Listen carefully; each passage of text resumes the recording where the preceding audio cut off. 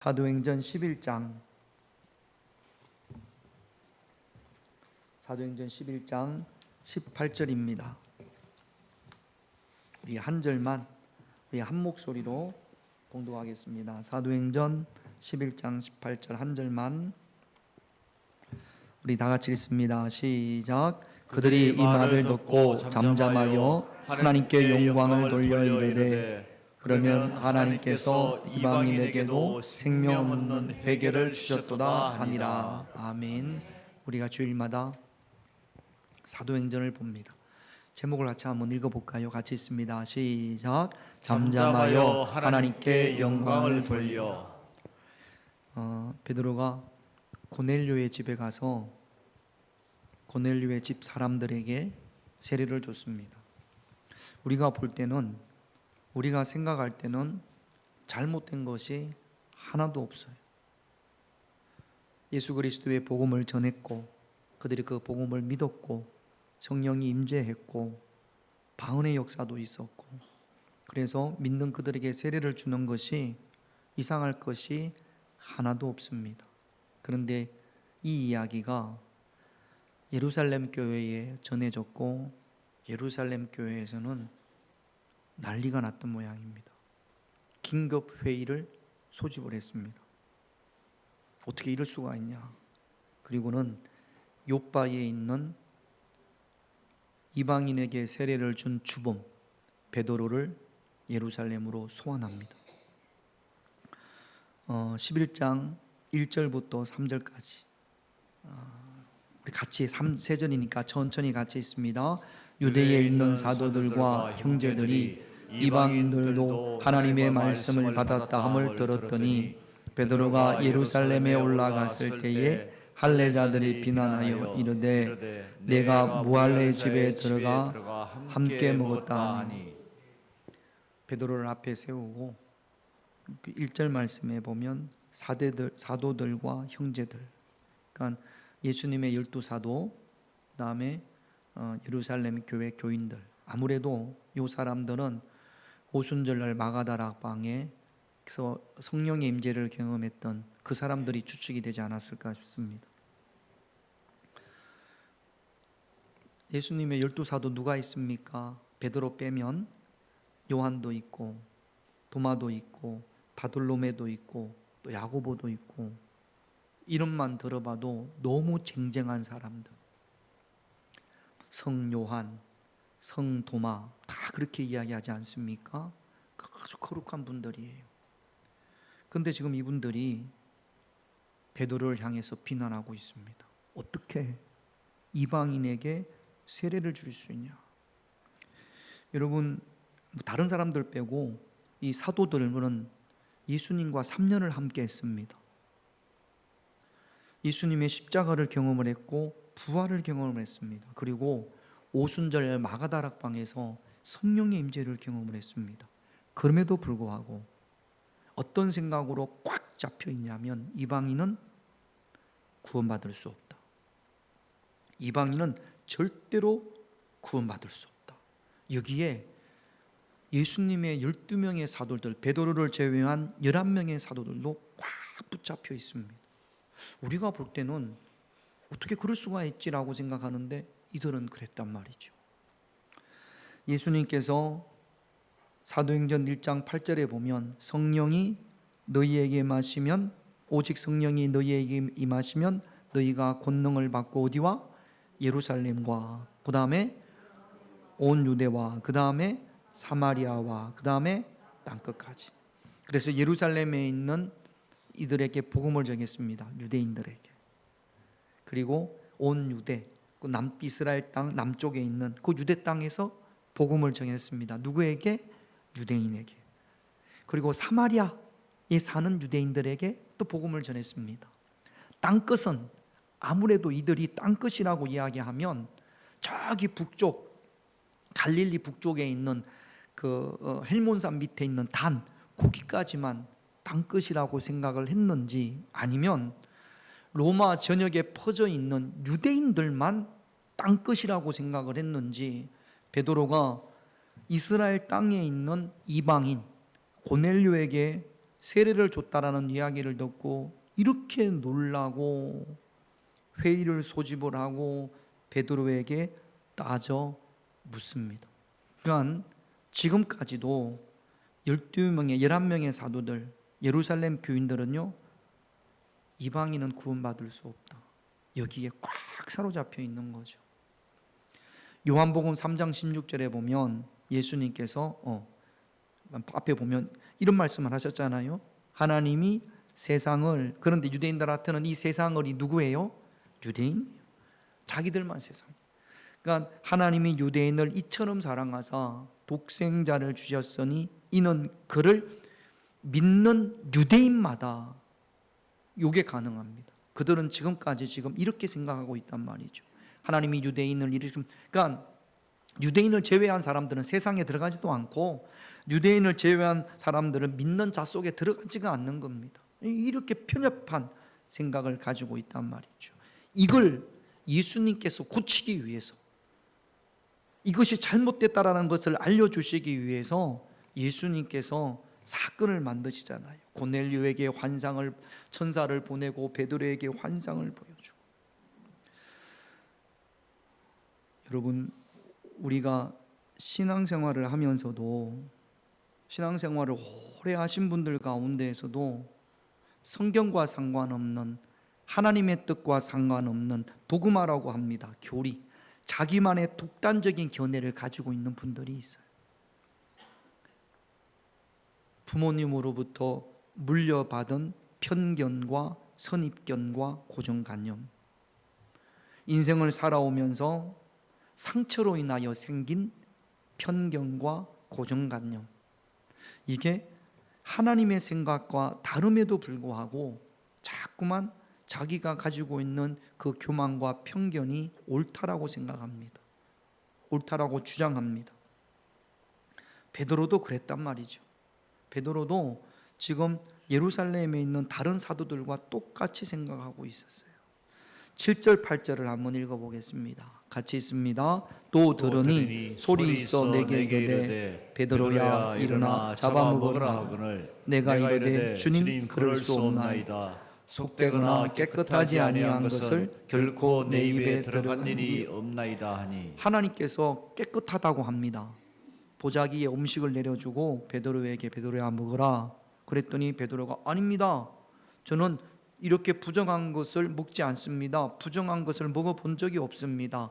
하나님의 생각, 하나님께서 먹으라고 하셨음에도 불구하고 그 하나님한테도 초상 때부터 내려오던 그 편견, 고집, 고정관념, 그걸 베드로가 그대로 이야기합니다. 누구하고의 갈등이에요? 하나님의 생각과 베드로의 생각이 지금 갈등을 일으키는 거죠. 9절도 한번 볼게요. 같이 있습니다. 또 하늘로부터 두 번째 소리가 있어 내게 이르되 하나님이 깨끗하게 하신 것을 내가 속되다고 하지 말라 하시라. 하나님은 깨끗하다고 합니다. 베드로는 뭐라고 해요? 속되다고 해요. 자, 하나님의 생각과 베드로의 생각이 다릅니다. 자, 그러면 누가 누구에게 맞춰야 될까요? 하나님이 베드로에게 맞춰야 될까요? 베드로가 하나님에게 맞춰야 될까요? 당연히 베드로가 하나님께 맞춰야 되죠. 그런데 우리 가운데는 종종 하나님 보고 자꾸 나에게 맞추라고 합니다. 내가 원하는 것, 하나님께서 나에게 맞추라고 금식도 하고 크게 소리질러 기도하기도 합니다. 이건 부정한 거예요. 하나님, 이거는 정말로 부정한 거예요. 이거는 깨끗하지 못한 거예요. 이거는 먹어서는 안 돼요. 하나님 앞에 하나님을 설득하려고 한단 말이죠. 여러분, 기준이 나에게 있는 것이 아니라 우리의 삶의 기준이 하나님에게 있어야 할 줄로 믿습니다. 하나님은 이사야를 통하여 우리에게 이렇게도 말씀하십니다. 이사야 55장 8절에서 9절 같이 있습니다. 이는 내 생각이 너희 생각과 다르며 내 길은 너희의 길과 다름이니라. 여호와의 말씀이니라. 이는 하늘이 땅보다 높음 같이 내 길은 너희의 길보다 높으며 내 생각은 너희의 생각보다 높음이니라. 신앙생활을 하시는 분들 가운데 가장 위험한 분들이 어떤 분이냐면 내 생각이 곧 하나님의 생각이야. 내가 하는 것이 곧 하나님의 뜻이야 라고 생각하는 사람들이 가장 위험한 사람들입니다. 늘 하나님의 뜻과 내 생각이 다를 수 있음을 늘 겸손하게 엎드려야 되고, 하나님께 묻고 또 하나님께 묻고, 그런 겸손한 모습이 저와 여러분들에게 있어야 될 줄로 믿습니다.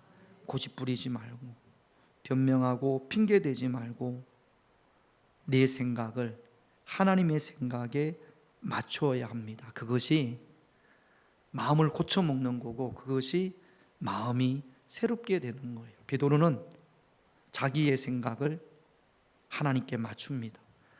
자기의 마음을 고쳐먹고 하나님의 생각에 자기의 마음을, 자기의 생각을 맞춥니다. 17절을 볼게요. 같이 있습니다. 그런즉 하나님이 우리가 주 예수 그리스도를 믿을 때에 주신 것과 같은 선물을 그들에게도 주셨으니 내가 누구이기에 하나님을 능히 맡겠느냐. 내 생각을 하나님에게 맞춘 거죠. 이방인은 구원받을 수 없다. 이게 베드로의 생각이었습니다. 그러나 하나님은 아니다. 이방인에게도 복음이 전해져야 되고 그 이방인도 구원받아야 된다. 이게 하나님의 생각이에요. 수백 년을 가졌던, 수천 년 전부터, 조상 때부터 부모님으로부터 물려받았던, 그런데 그게 하나님의 생각과 달랐단 말이죠. 베드로가 고넬료의 집에서 자기가 오랫동안 가지고 왔던 그 생각을 내려놓습니다. 여러분, 하나님의 뜻이 그게 맞음에도 불구하고 내 교만이나 자존심 때문에 내려놓지 못하는 경우들이 종종 있습니다. 바울도 그랬습니다. 바울은 뭐라고까지 표현하냐면 빌립보서 3장 8절을 볼게요. 같이 있습니다. 또한 모든 것을 해로 여김은 내 주 그리스도 예수를 아는 지식이 가장 고상하기 때문에 내가 그를 위하여 모든 것을 잃어버리고 배설물로 여김은 그리스도를 얻고. 여러분, 배설물이 뭐예요? 똥입니다. 똥을 소중히 여기는 사람이 있어요, 없어요? 없어요. 누가 똥을 소중히 여기겠습니까? 제가 가끔 강아지 데리고 이렇게 요 산책을 나가 보면 강아지가 이렇게 똥을 싸잖아요. 그러면 비닐에 이렇게 제가 담아서 옵니다. 그럼 이제 비닐에 이렇게 담아서 요 개똥이 소중해 가지고 제가 집에까지 가지고 와서 우리 집 쓰레기통에 버릴까요? 아니면 어떻게든지 밖에 쓰레기 봉투 내놓은 거를 찾아가지고 이 개똥 봉투를 안 가지고 오려고, 집에까지, 우리 교회까지 안 가지고 오려고 어떻게든 찾습니다. 그래서 길 건너에 종량제 봉투가 있으면 어떻게든 거기다가 구겨 넣으려고 한단 말이죠. 개 응가 봉투가 얇아요. 그래가지고 어떨 때는 작은 공간에 막 비집어 넣다가 보면 제 손가락이 그 뚝쑥뚝 할 때도 있었어요. 안 가지고 오려고. 그래, 어떻게 안 가져오려고. 개똥은, 배설물은 전혀 소중하지 않습니다. 버려야 되는 거예요. 그러니까 지금까지 자기가 가지고 있던 생각, 잘못된 생각을 예수님을 얻기 위해서 바울도 아낌없이 배설물과 같이 여겼다라는 겁니다. 버렸다라는 겁니다. 그것이 마음을 고쳐먹는 거고, 그것이 마음을 새롭게 하는 거예요. 로마서 12장 2절을 볼게요. 같이 있습니다. 너희는 이 세대를 본받지 말고 오직 마음을 새롭게 함으로 변화를 받아 하나님의 선하시고 기뻐하시고 온전하신 뜻이 무엇인지 분별하도록 하라. 이 세대는, 오늘 말씀에 적용해 보면 이 세대는 유대교, 이방인은 부정하다라고 생각하는 그 유대인들일 겁니다. 이 세대 본받지 말고 마음을 새롭게 함으로, 고쳐 먹음으로, 하나님의 생각에 내 생각을 맞춤으로, 그럴 때 변화가 나타납니다. 할렐루야. 저는 이 말씀을 보면서 기준이, 전에는 내가 기준이었어요. 늘 내가 기준이었는데 이제는 하나님의 말씀이, 예수님이 기준이 되는 겁니다. 군대 다녀오신 분들, 병사들이 쭉 서 있으면 앞에 지휘관이 한 명을 딱 지적을 해서 기준 그럽니다. 그러면 그 병사가 기준 그래요. 그러면 지휘관이 오열 종대로 회쳐 모여. 그러면 지금하고 모양이 확 달라지지 않습니까? 그 기준을 중심으로 해서 확 헤쳐 모이는 거거든요. 새로운 오와 열이 생기는 겁니다. 신앙생활은요, 예수님을 기준으로 헤쳐모여야 하는 거예요. 그런데 여전히 신앙생활을 하면서도 내 기준이 헤쳐모여가 안 되는 분들이 있어요. 10년, 20년, 30년, 40년을 신앙생활을 해도 헤쳐모여가 안 되고 여전히 내가 신앙생활을 하면서도 여전히 내가 기준인 분이 있어요. 변화가 없습니다. 마음을 새롭게 하지 않기 때문에. 여러분, 예수님의 생각으로, 하나님의 생각으로, 하나님의 말씀으로 그것이 기준이 되어서서 헤쳐모여 할 수 있는 그런 저와 여러분들이 되셔야 될 줄로 믿습니다. 그래야 하나님의 일하심을 경험할 수 있습니다. 그래야 하나님의 능력을 경험할 수 있는 겁니다. 오늘 여러분이 이 말씀을 듣고 하나님, 나도 하나님의 생각에 내 마음을, 내 생각을 맞추겠습니다. 내가 기준이 아니라 하나님이 기준이 되기를 원합니다. 결단하고 기도할 수 있는 그런 저와 여러분들이 되셔야 될 줄로 믿습니다. 하나님의 생각, 어떻게 하나님의 생각을 알 수 있을까요? 어떤 분들은 자신이 꾼 꿈을 신뢰하는 분들이 있어요. 하나님의 생각을 알기 위하여 소위 기도한다는, 예언한다는 분을 찾아가는 경우도 있습니다. 성경에도 환상도 있고 꿈도 있고 예언도 있습니다. 성경에서 말하는 예언의 90%는 하나님의 말씀을 전하는 거예요. 그러니까 여러분, 꿈도 환상도 예언도 다 하나님의 말씀 안에 있어야 될 줄로 믿습니다. 하나님의 생각을 알 수 있는 가장 좋은 방법은 하나님의 말씀, 성경이에요. 시편 1편 2절을 볼게요. 같이 있습니다. 오직 여호와의 율법을 즐거워하여 그의 율법을 주야로 묵상하는도다. 여호와의 율법은 하나님의 말씀인 성경입니다. 즐거워한다는 것은 좋아한다는 거고 귀하고 소중하게 여기는 겁니다. 주야로는 항상, 묵상은 다시 한번, 묵상이라는 원어 자체가 되새김질이에요. 또 생각하고 또 생각하는 겁니다. 성경을 잘 안 읽죠? 왜 안 읽습니까? 무슨 뜻인지를 모르겠어요. 제일 말씀을 많이 하시는 것이, 말씀을 왜 성경을 안 읽게 됩니까? 라고 물어보면 읽어도 무슨 뜻인지 잘 모르겠습니다. 저도 잘 몰라요. 저한테 목사님은 목사님이니까 성경을 읽으면 잘 아시죠? 여러분들보다는 조금 더 잘 알겠죠. 근데 저도 제가 성경을 보면서 내가 성경에 이렇게 무지했나라고 생각할 때가 한두 번이 아닙니다. 성지순례를 갈 때마다 내가 이렇게 성경을 몰랐나? 아니, 제가 신앙생활한 지가 30년이 넘었고 목회도 20년 가까이 했단 말이죠. 그럼에도 불구하고 나는 아직도 성경에 너무 무지하구나, 이렇게 생각되어질 때가 한두 번이 아닙니다. 여러분, 성경을 읽고 다 이해된다? 그게 새빨간 거짓말이에요. 성경은 이해가 되지 않아도, 무슨 뜻인지 몰라도 그럼에도 불구하고 성경을 읽어야 됩니다. 왜 그러냐면, 자, 요한복음 2장 21절에서 22절을 볼게요. 같이 있습니다. 그러나 예수는 성전된 자기 육체를 가리켜 말씀하신 것이라. 죽은 자 가운데서 살아나신 후에야 제자들이 이 말씀하신 것을 기억하고 성경과 예수께서 하신 말씀을 믿었더라. 예수님께서 요한복음 2장이니까 이제 막 공생애를 시작하셨을 때 성전을 보면서 이 성전을 헐라 사흘 뒤에 내가 다시 세우리라, 그렇게 말씀을 하셨단 말이죠. 도무지 그게 무슨 뜻인지 몰랐습니다. 그런데 3년 뒤에 예수님께서 십자가에 달리시고 부활하셨을 때, 예수님이 하신 그 말씀이 이런 뜻이었구나. 여러분, 제자들이 그 말씀을 안 들었으면, 듣지 않았으면 예수님이 부활하셨을 때도 그 말씀을 기억하지 못했을 겁니다. 여러분, 우리가 하나님의 말씀을, 성경을 읽어도 그게 무슨 뜻인지 모를 때가 있습니다. 그러나 필요할 때, 그 말씀이 내게 필요할 때 반드시 하나님께서 깨닫게 해 주실 줄로 믿습니다. 여호와는 나의 목자시니 내게 부족함이 없으리로다. 이것이 한 번으로 끝나는 게 아니에요. 한 번으로 깨닫는 게 아닙니다. 평생을 살아가면서 여호와는 나의 목자시니 내게 부족함이 없으리로다가 전혀 새로운 의미로 내게 다가오고 또 새로운 의미로 내게 다가오고 그럴 때가 한두 번이 아닙니다.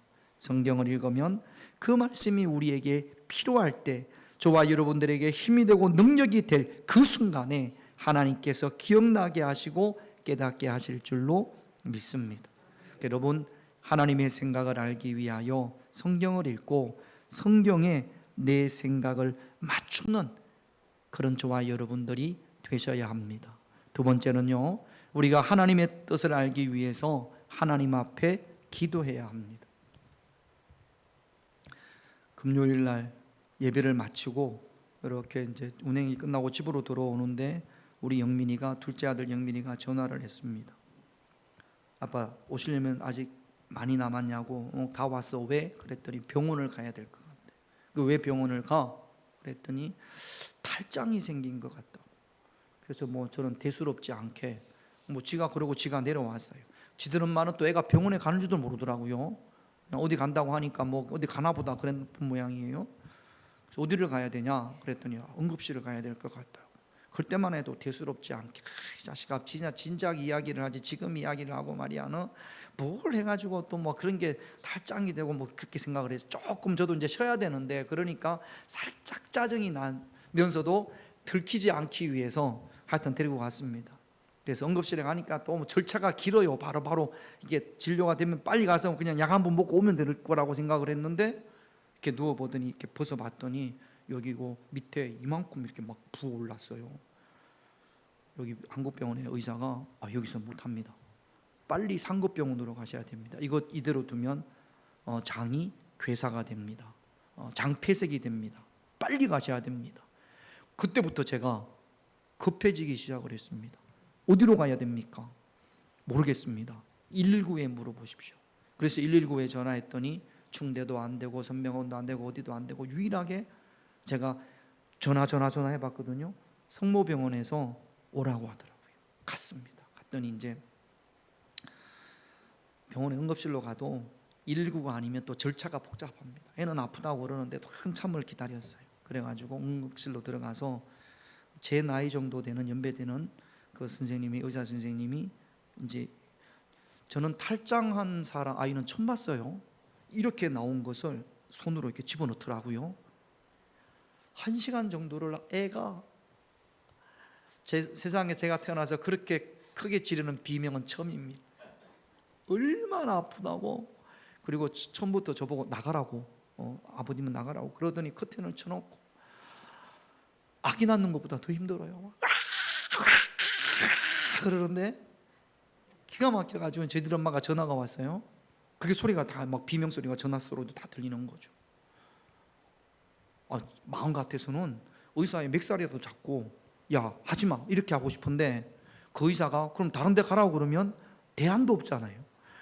몇 군데 전화해 왔는데 안 된다고 그러는데 여기밖에 없는데 어떻게 하겠습니까? 아무튼 그래가지고 잘 집어넣었어요.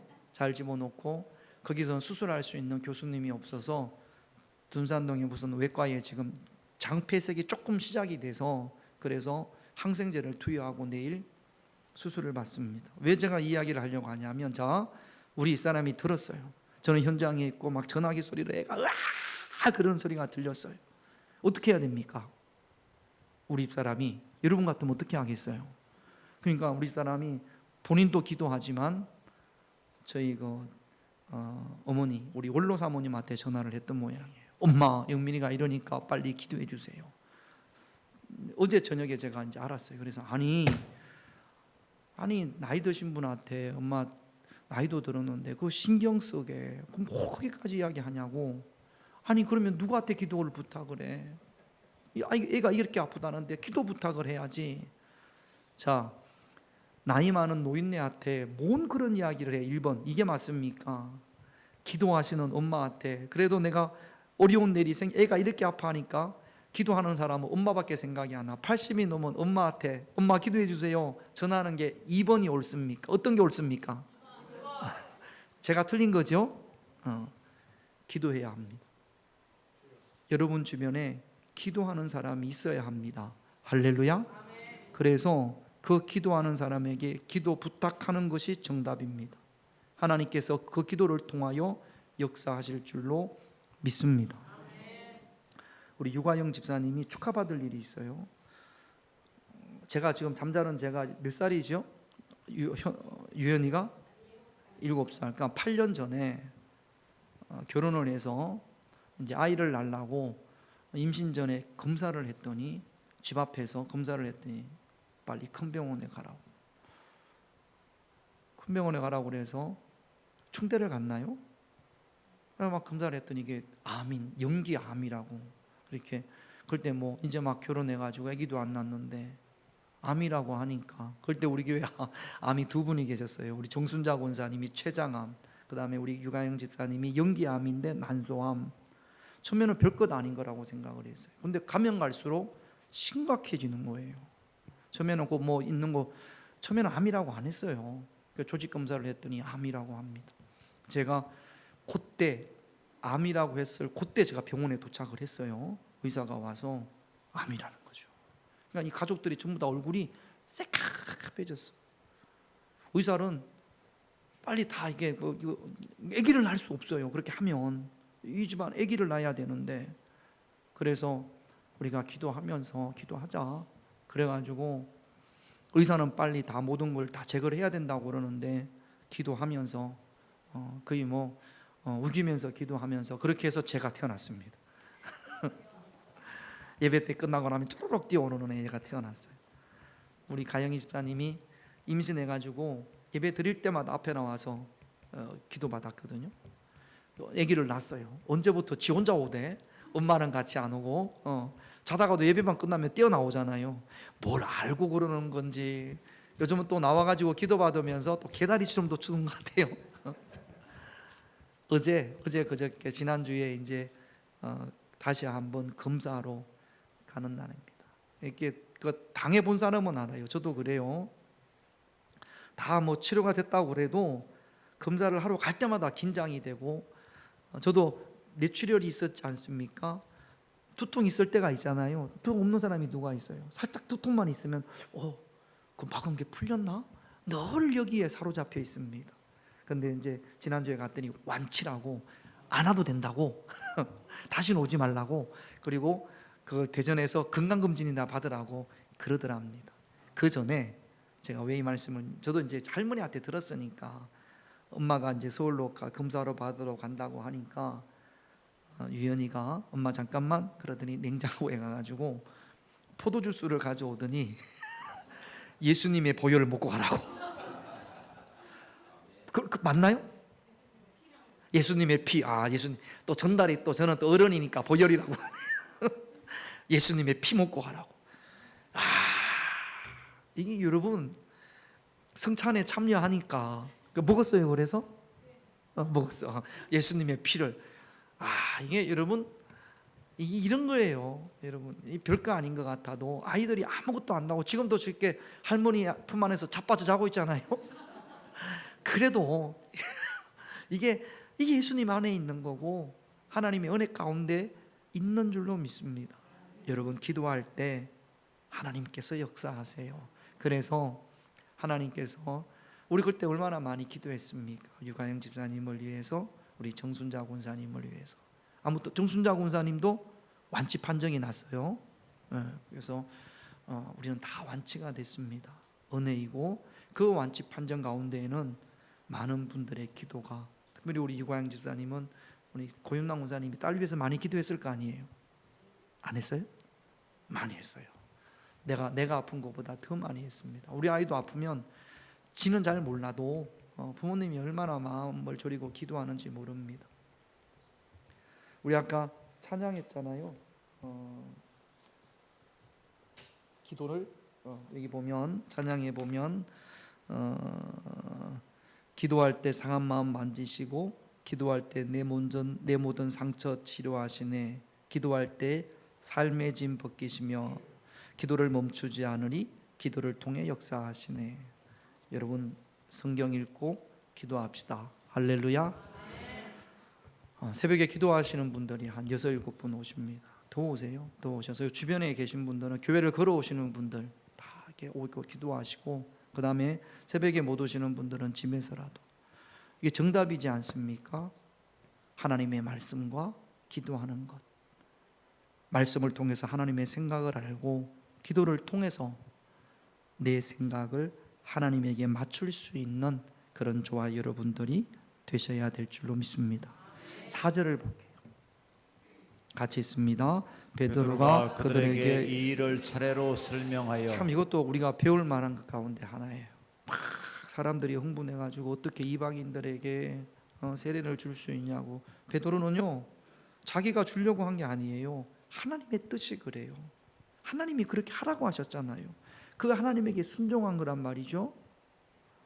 하나님이 하시는 일을 내가 능히 어떻게 맡겠느냐, 베드로가 그렇게 말했지 않습니까? 그런데 베드로가 이 일을 차분하게 차례로 대답합니다.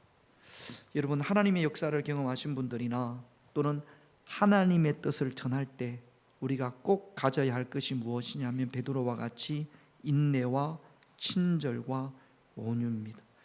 기도 안 하는 니들이 뭘 알아?